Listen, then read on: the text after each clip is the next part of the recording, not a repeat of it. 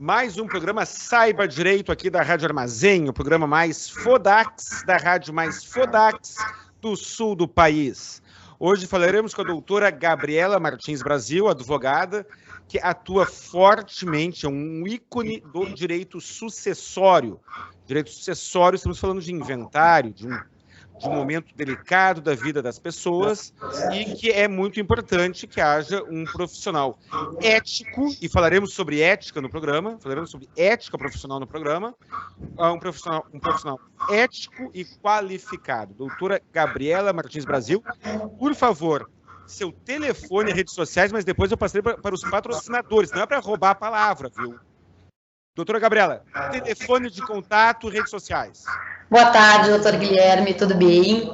Nós estamos aqui em Porto Alegre, atendemos presencialmente em Porto Alegre, e os nossos telefones são 51-3907-1490. Telefone fixo a gente usa hoje de uma forma bem menos usual, né? Mas estamos atendendo no telefone fixo também.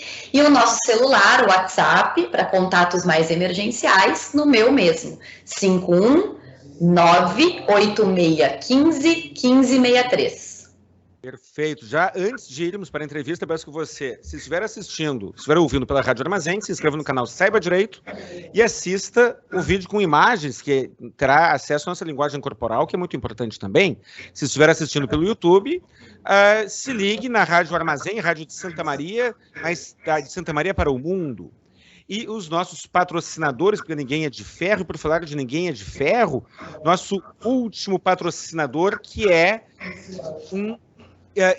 uma empresa da qual eu já sou cliente, que é a Maria Bolaria. Olha só isso aqui, um bolo churros. Se você está assistindo, ouvindo pela rádio, corra no YouTube.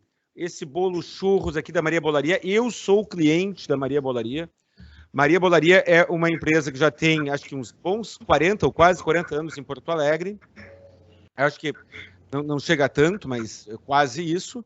E a Maria Bolaria, os pedidos podem ser feitos no site mariabolaria.com.br ou 51-99166-0000, 51-99166-0000 ou mariabolaria.com.br.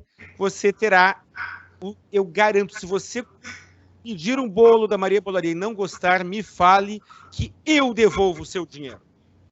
Golden Imóveis, se você formou patrimônio, deseja investir em imóveis, imobiliária Golden Imóveis, eu sou investidor imobiliário, os meus imóveis estão com a imobiliária Golden. Telefone 51-3072-2090. Clínica Pellini, vai botar um cabelo? Não é dos carecas que elas gostam mais. Isso é conversa fiada. A mulherada não quer os carecas. Vai colocar um cabelo? Clínica Pellini, aqui em Porto Alegre. 51-99181-3869. E se você for para a Serra, rede Sky de hotéis. 11 hotéis em Gramado, Canela e Caxias do Sul. Doutora Gabriela, eu sei que a senhora já andou pela Serra essa semana. Em qual hotel a senhora ficou? Sim, fizemos diligências na cidade de Gramado. Fiquei no Rede Sky Borges Open House. Muito bom. O Sky Borges é o meu favorito. Sky Borges, Colina Borges Medeiros, 4.206, é o meu favorito. E agora vamos para o que interessa, antes que o pessoal de casa, a doutora, fique estressado. E eu que quero comer esse bolo que eu ganhei aqui da Maria Bolaria, então vamos fazer rapidinho essa entrevista, que eu quero comer o meu bolo de churros. Até porque o dia está pedindo hoje, aqui na cidade de Porto Alegre, por exemplo, um tempinho chuvoso, pede um cafezinho e um bolinho da Maria Bolaria. Um bolinho. Também sou cliente. Eu sou fã de todos, mas o de churros é o melhor para o meu paladar. Mas vamos falar de inventário, doutor. Vamos lá. Primeira pergunta muito comum, uma pergunta muito comum que as pessoas têm no processo de inventário. Por que muitas vezes um processo demora tanto? Doutor Guilherme, essa pergunta é a primeira pergunta que nos fazem de 10 reuniões de inventário. Nas 10 reuniões nós enfrentamos esse questionamento. O que acontece? Por que a doutora Gabriela, por que doutor Vinícius, que é o nome do meu sócio aqui, por que o processo de inventário é tão demorado? Gente, o processo de inventário é um dos procedimentos que a gente tem no direito civil, que trabalha detalhes de uma construção de vida. Dentro do processo de inventário, quando infelizmente a gente perde uma pessoa e ela, enfim, não está mais aqui entre a gente e deixa patrimônio, nós, enquanto advogados, vamos atender a família dessa pessoa e a família, os herdeiros, vão nos dizer tudo que ela construiu. Só que muitas vezes os herdeiros não sabem exatamente qual é o patrimônio. Então, começando a responder a tua pergunta, doutor Guilherme, o processo de inventário ele demora muitas vezes porque o patrimônio não é conhecido, muitas vezes porque nós temos herdeiros não conhecidos. Vamos trabalhar aquela situação em que o falecido deixa herdeiros dentro da sua família habitual, eventualmente deixa outros herdeiros que não são conhecidos, né? Filhos fora do casamento, um testamento cerrado, por exemplo. Então a gente também tem aquela situação do inventário que deixa um testamento, sendo que a família não sabia, venha se descobrir depois com uma consulta à central de testamentos. Então dívidas falecido. Dívidas que a família conhece, muitas vezes dívidas que a família também não conhece. Então, o que a gente tenta explicar para o cliente quando ele chega aqui? Olha, abrir um processo de inventário não tem mistério. O mistério está em todas as situações que nós vamos ter que enfrentar, porque cada pessoa tem a sua individualidade, tem as suas dívidas, o seu patrimônio, o seu passivo positivo, viaja para cidades distantes, casa em cidades distantes, passa a residir em outras. Então, são várias circunstâncias que fazem com que o inventário demore. Sem falar, né, doutor Guilherme, nas brigas e litígios que eventualmente passam a acontecer. Numa hipótese de inventário sem briga, inventário em que as pessoas são cooperativas. Então, existe essa... Aquela conversa do inventário em 60 dias, aquilo é factível? Então, é importante esclarecer para o nosso ouvinte, né, e o nosso telespectador, essa também é a segunda pergunta. Se a primeira pergunta é, por que demora tanto? A segunda pergunta é assim, eu ouvi dizer que existe um prazo de 60 dias. Algumas pessoas acham que é o prazo de duração do inventário, né? Infelizmente, não.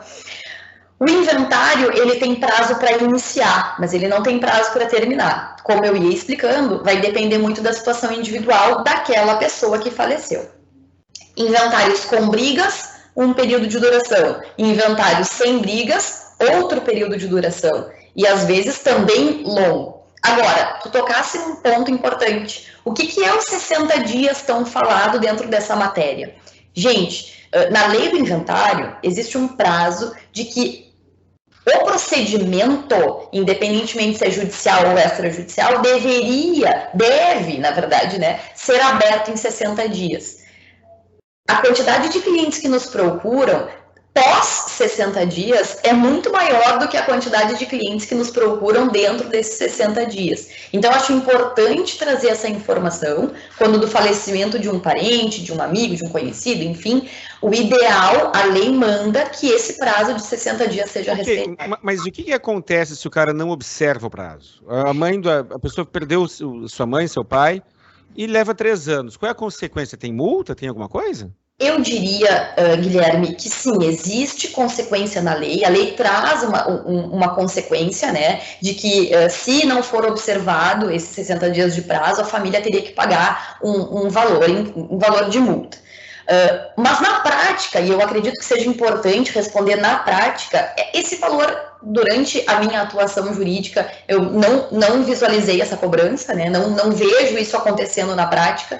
Os prazos de 60 dias, como eu te disse, eles geralmente não são respeitados. E respondendo a tua pergunta de uma forma bem rotineira, bem prática, consequências legais não existem a ponto de prejudicar a família. As consequências seriam que, passados 3 anos da morte de alguém, muitas coisas já aconteceram com aquela família e com aqueles herdeiros. A pessoa que é solteira pode vir a se casar, a pessoa casada pode vir a se divorciar. Então, eu acredito que o prejuízo fático, o prejuízo da circunstância temporal é muito maior, né, e deve ser observado com atenção, do que propriamente nos preocuparmos com a multa trazida pela legislação.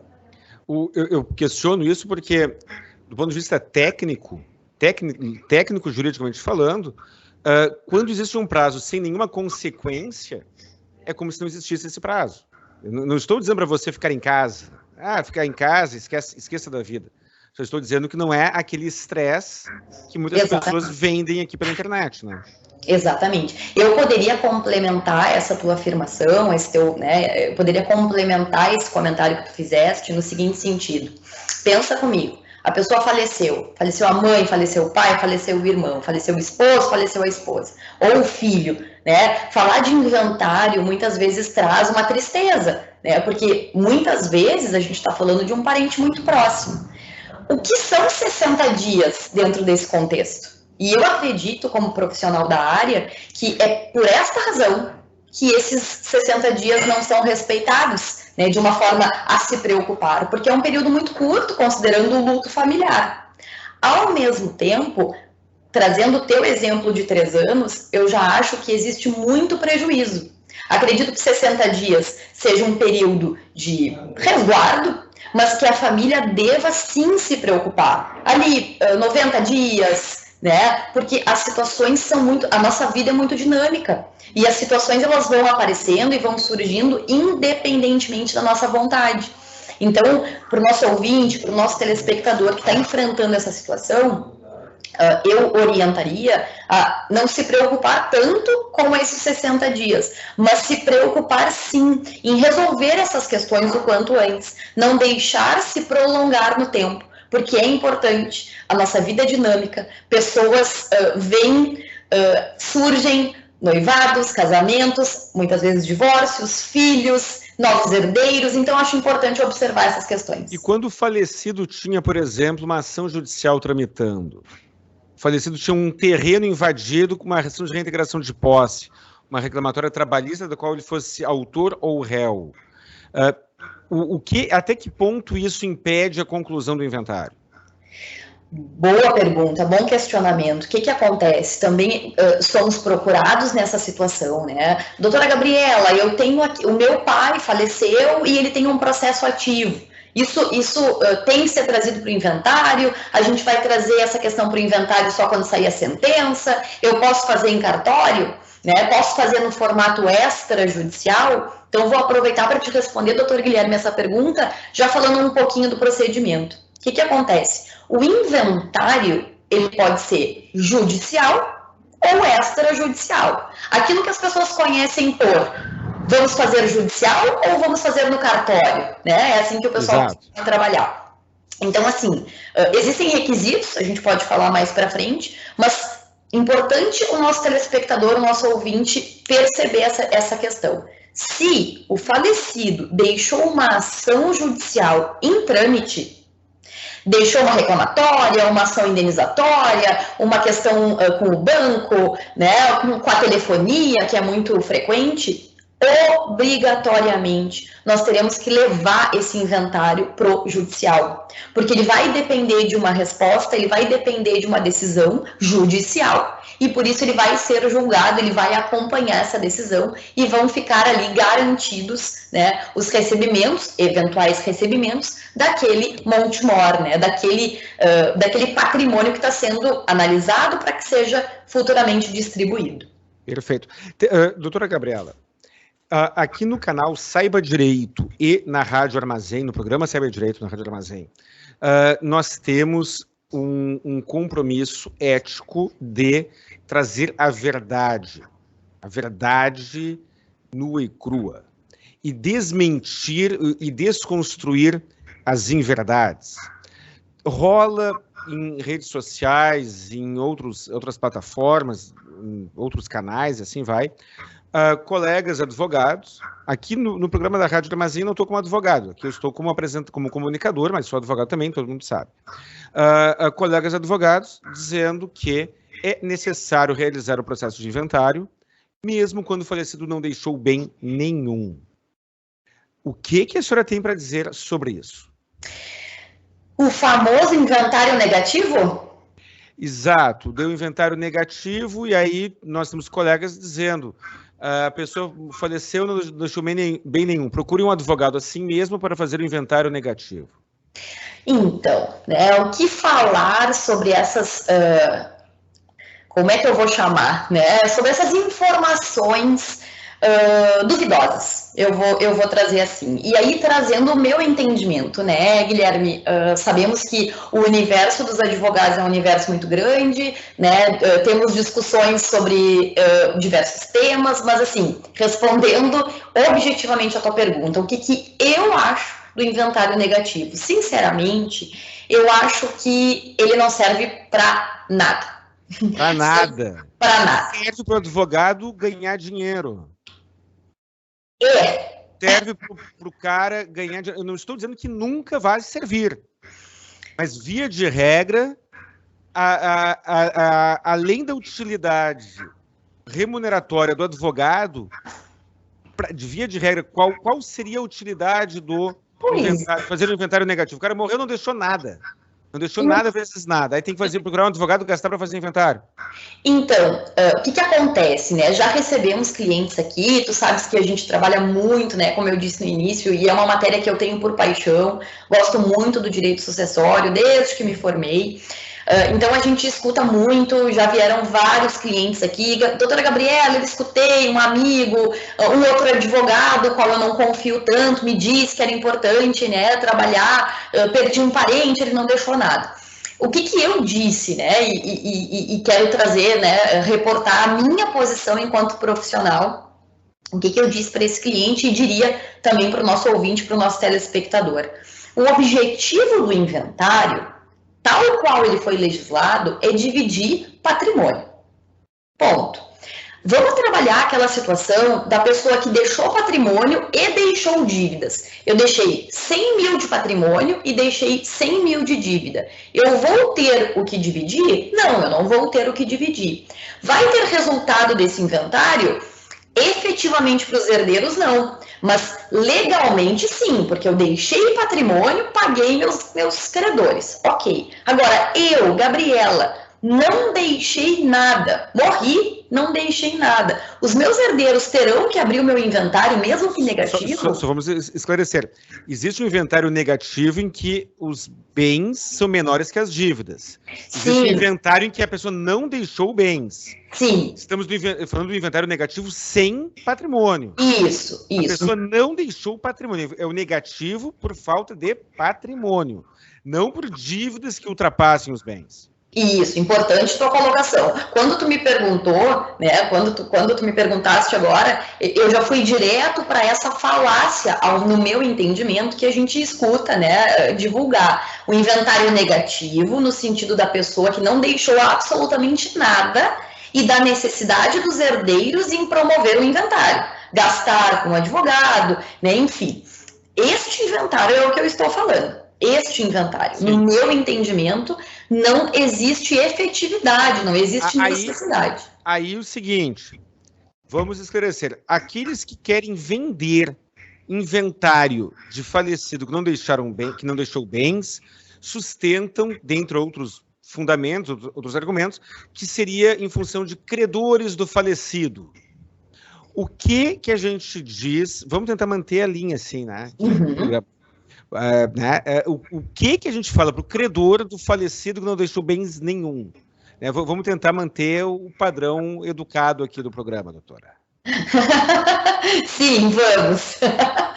O que dizer para aquele credor no qual o devedor faleceu e não deixou patrimônio? E agora, o que a gente diz para ele, assim? Pois é.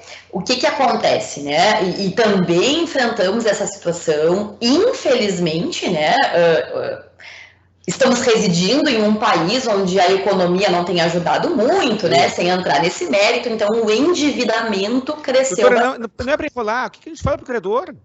O cara é credor do pai que não deixou nada, não deixou nada vezes nada. O que a gente fala para esse cara? Infelizmente, a gente vai ter que dizer para esse credor que ele não vai ver o seu saldo quitado. Que ele não vai receber. Que ele está lascado, que ele se ralou, para não dizer coisa pior. Não é isso? É isso. É isso. E não vai ser, Guilherme, não vai ser essa propositura de inventário negativo que vai auxiliar nesse quesito. Porque vamos imaginar, junto comigo, aquela pessoa que falece, não deixa patrimônio conhecido. Vamos imaginar, não deixou patrimônio, a família acredita que a pessoa não tinha nada. Surge um credor. Né? O que dá para dizer para esse credor? Olha, uma resposta educada e uma resposta que exista e que daqui a pouco, enfim, né? Olha, senhor credor, se o senhor encontrar algum patrimônio, o senhor, por favor, me comunique. Porque até o que a gente sabe, né, até o presente momento, o fulano não tem nada. Não temos e conhecimento. Se o credor tentar penhorar algum bem do herdeiro, o que acontece? Pois é. É muito importante essa questão, porque a gente precisa analisar qual foi o bem que foi penhorado e se esse bem penhorado tem origem nos bens do falecido. Não tem. O bem é do herdeiro. A penhora está totalmente equivocada, porque as dívidas, elas são pessoais e elas não ultrapassam a morte. Né? Então... Eu já vi questionamento. Se meu pai estava devendo no banco, ele faleceu, o banco não para de me ligar e me ameaça colocar no SPC. O banco pode colocar no SPC? Pergunta besta, mas não custa, né? O banco pode colocar no SPC o herdeiro do falecido que não deixou nada?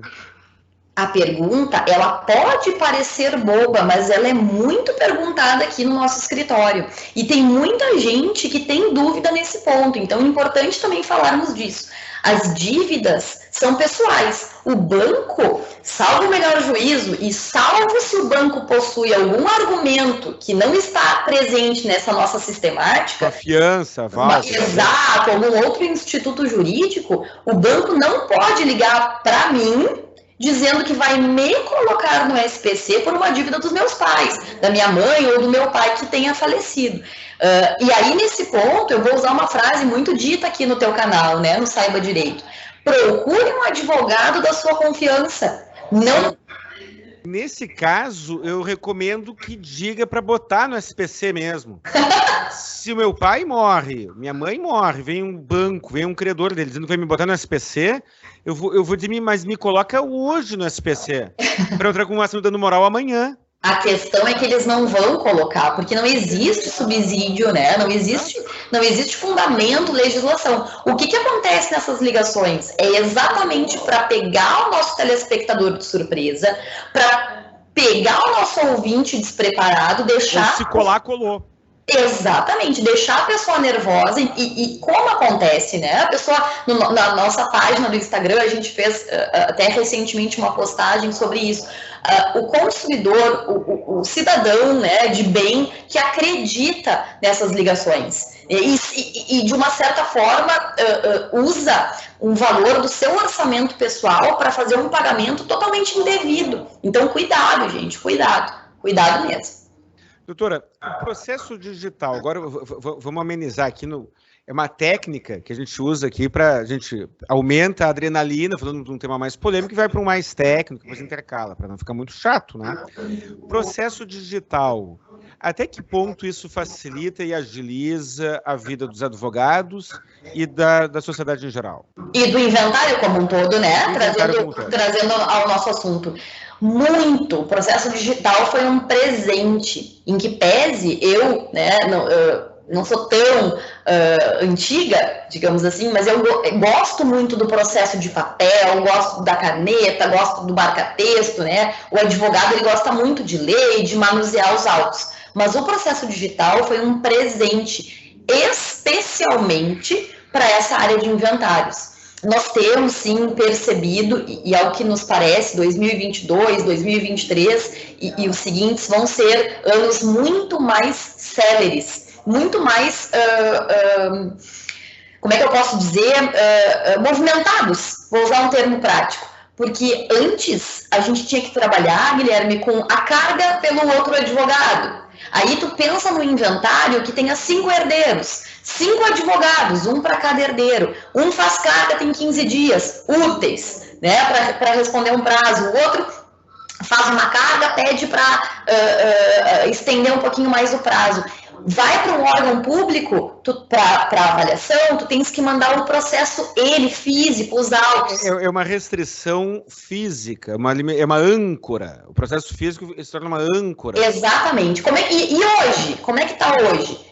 Eu posso ter um processo com outros advogados e o prazo não ser meu, mas eu posso acessar os autos a qualquer momento, eu posso estudar o processo a qualquer momento, eu não preciso mais diligenciar para fazer cópia, ter esse gasto fora o extravio dos autos, que antigamente era comum. Imagina comigo um inventário que infelizmente demora, às vezes 10, 20, 30 anos, ser extraviado. Tu não consegue mais recuperar o que tu tinha ali naquele processo. E hoje, né, eu costumo romantizar um pouco, né, por amor, eu acredito, em excesso, mas é um presente. Os processos digitais e os sistemas que hoje o judiciário nos dá, né, nos fornece, facilitaram e muito a nossa vida como um todo. Automaticamente os clientes também têm bastante vantagem, porque, né, tem acesso mais fácil.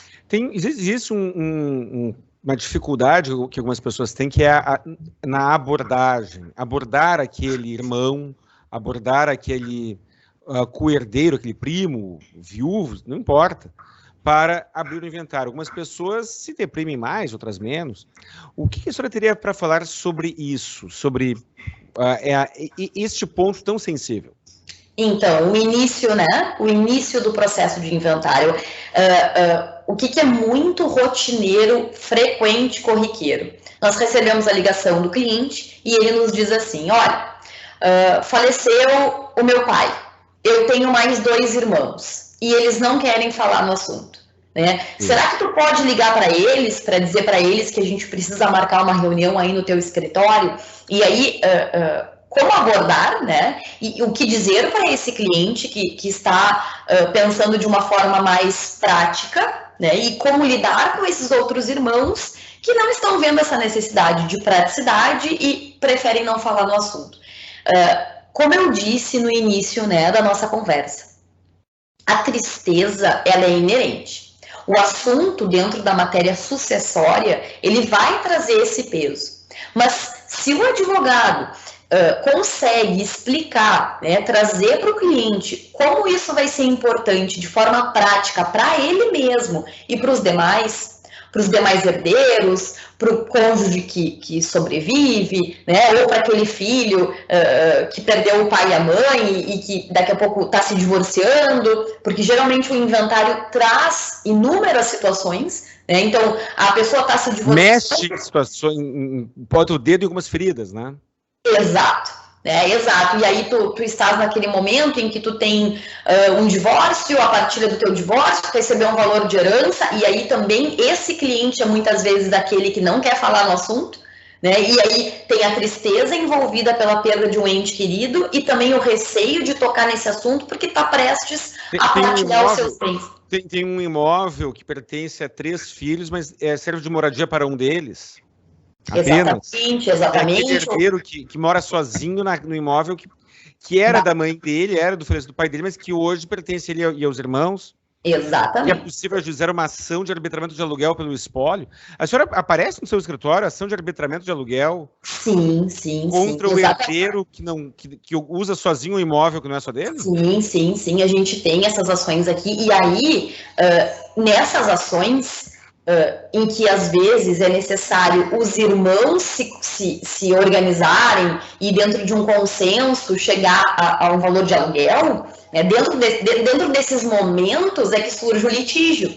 E aí aquilo que nós estávamos conversando lá atrás, o cliente chega aqui no escritório e diz assim para mim, consensual, tá tudo certinho, né? Eu, meu irmão, enfim, né? A minha família está em consenso. Chega no momento de definirmos o que vamos fazer com aquele imóvel do falecido e que um herdeiro específico utiliza sozinho, litígio.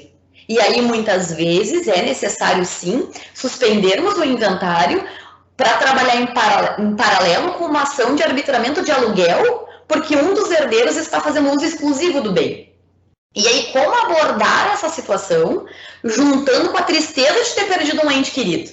Então, são situações que eu diria atrasam, atrapalham, mas são situações reais e que são muito frequentes. Então, se você está passando por uma situação dessas e ainda não buscou orientação, busque, porque muitas vezes, trazendo essa ideia do consenso, entendendo e acolhendo, e aí eu já vou migrar um pouquinho para uma outra área, né, que trabalha junto, acolhendo essa questão, essa dor, a gente pode tentar resolver isso de forma extrajudicial, trazendo um consenso para fazer andar, né, para ter mais agilidade no processo principal de inventário. Na realidade, se todos tivessem bom senso, muitas coisas, muitos problemas não existiriam ou não seriam tão significativos. Eu concordo contigo, mas o bom senso, ele é relativo, né, Guilherme? E é muito importante que essa questão seja trazida de uma forma tranquila, de uma forma imparcial, para que a pessoa possa decidir com o bom senso. E muitas vezes, muitos colegas advogados que nós temos, e tu sabes disso, porque também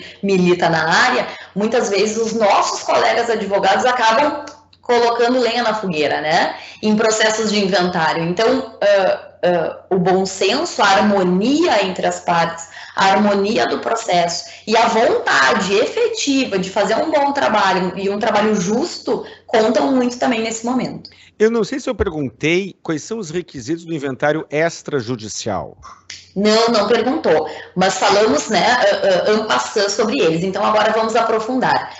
Para você que está nos escutando, né? Quais são os requisitos para que a gente possa escapar do judicial, né? O processo judicial, que infelizmente demora um pouquinho mais, né? Como que eu posso fazer para trazer o meu inventário para o cartório, como informalmente se fala?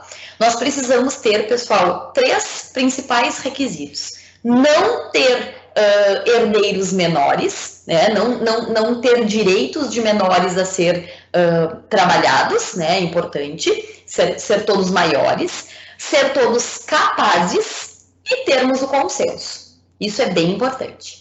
Termos o consenso. O consenso, não podemos trabalhar com litígio. Podemos ter mais de um advogado, essa é uma ideia interessante. Já trabalhei em inventários extrajudiciais com mais advogados, mas no sentido de melhorar, no sentido de trazer mais esclarecimento, porque tinha consenso entre todos os herdeiros. Eu já vi fazerem no inventário consensual deixar os bens imóveis em condomínio voluntário.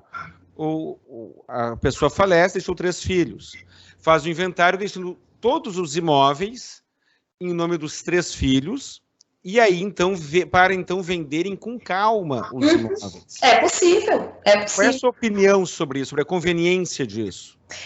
Na minha opinião, eu acredito que vai depender muito do planejamento familiar daquela família, né? Mesmo da maturidade daquelas pessoas. Como? Da maturidade das pessoas de combinado depois, né? Da maturidade, sim, mas eu falo mais sobre uma questão de planejamento mesmo. Muitas vezes a família, o ente querido que faleceu, tinha um objetivo com aquele imóvel, com aquele patrimônio. E às vezes a família quer dar seguimento nisso, com disposição de última vontade, quer dar seguimento nesse projeto. E faz sentido ficar em condomínio. Muitas vezes, Guilherme, a família não sabe o que fazer, não quer decidir, faz sentido manter o condomínio. Então eu diria, depende muito de caso a caso. Acho que vale um estudo aprofundado, vale discutir, trocar ideias, fazer reuniões, e se for efetivo para aquela família, não vejo problema. Agora, muitas vezes eu oriento a diminuir o máximo de eventuais desentendimentos possíveis. Zona de atrito. Exato. A zona de atrito. Eu sempre oriento a deixar tudo muito esclarecido e tudo muito dividido e evitar discussões futuras, porque geralmente no momento em que é feito o inventário, tu tá trabalhando com os herdeiros que decidiram naquele momento o melhor para si. Se tu deixa isso para um futuro, pode haver influência de terceiros, né, ou terceiras. E aí eu acho muito importante que tudo fique esclarecido para que se evite problemas futuros. Doutora Gabriela, estamos indo para o final. Vamos deixar aqui Primeiro, estamos indo para o final, mas não desligue, porque ainda sempre tem um recadinho no final importante, né? E ainda tem o teste de QI. Porque agora a gente vai ver também se a doutora Gabriela é tudo que ela disse, tudo que ela aparenta ser. A gente vai ver se ela é inteligente mesmo. Mas antes disso, eu queria saber que tal nós deixarmos aqui compromissado uma nova entrevista, um novo programa sobre planejamento sucessório, sobre holding imobiliária, sobre testamentos, quem sabe. Vamos fazer? Muito importante, muito interessante. Pode contar comigo. Agora a senhora se prepare. Vamos ver se a senhora é tudo que a senhora aparenta ser. O testezinho de QI aqui. Se a pessoa que vai investir em imóveis, quer comprar imóveis para alugar, para vender, para revender, coisa do gênero, qual é a imobiliária que a senhora recomenda que a pessoa procure? Golden Imobiliárias. Golden Imóveis, isso aí. Golden Imóveis, telefone 5130-722090. O seu marido, namorado, ficante, tem cabelo? Então... Ele tem cabelo ou não tem? Não é então? Tem ou não tem cabelo? Ele tem. O meu esposo tem. Seu marido tem cabelo, mas se faltar cabelo, onde é que ele tem que botar o cabelo? Peline, Clínica Peline, 5199-181-3869, Clínica Peline, não são dos carecas que elas gostam mais, isso aí é conversa fiada. A senhora gosta de... São dos carecas que elas gostam mais, doutora? Não são. E uma boa aparência, um cabelo bonito tem todo o valor. Se você for gordo, feio e careca, siga a vida sendo apenas gordo e feio, mas põe um cabelo na Clínica Peline. Isso aí. Por falar em gordo, caso todo mundo sabe que doce engorda. Todo mundo sabe que comer doce engorda. Mas se é para se sujar, ele não pode se sujar por pouco. Não é para se sujar por pouco. Quem está afim de meter uma glicose nas veias, quem quer engordar com prazer, onde é que tem que ir? Aí eu vou dar a minha dica da Maria Bolaria, que é o bolo de cenoura com cobertura de chocolate. Eu sou fã do bolo de churros, mas a Maria Bolaria é satisfação garantida. E outra coisa, engorda quem come feito um enlouquecido que nem eu. Tem meu bolo aqui, só estou esperando a propaganda acabar para devorar o bolo inteiro. Aí o cara fica gordo, mas quem é educado, quem é a doutora Gabriela, come e não engorda. Olha só, é magra. Bolo de cenoura, maravilhoso, super indico também. Como eu te escuto muito, Guilherme, aqui no canal, conheço já os teus patrocinadores e estou fazendo essas indicações, não só pelo QI, mas super indico também, dou meu aval. Especialmente quando falo do bolinho, né? Do bolinho, Maria Bolaria. E para Serra, onde é que a senhora ficou na semana passada? Onde eu fiquei, super indico, o Rei de Sky, né? Sky Borges Open House, foi onde eu fiquei. Muito bem localizado, muito bem atendida, café da manhã espetacular. Beleza, e seus telefones de contatos? Nossos telefones de contato, então, pessoal, e será um prazer atendê-los. 51-3907-1490, WhatsApp 519-8615-1563 e estamos nas redes sociais também, @BrasilIVaz. Faz contato com a gente se for uma dúvida, se quiserem ser atendidos pela gente, vai ser uma honra recebê-los. Perfeito, muito obrigado, doutora Gabriela. Para você que está em casa, muito obrigado pela audiência. Se você tiver algum conteúdo de interesse social, ligue 51-3228-1219 ou 51-99985-7991 e agende a sua entrevista aqui comigo. Você trará o seu assunto, se for realmente de relevância social, trará o seu assunto aqui para que todos nós contribuamos para a evolução da sociedade. Muito obrigado, um grande abraço e até o próximo programa.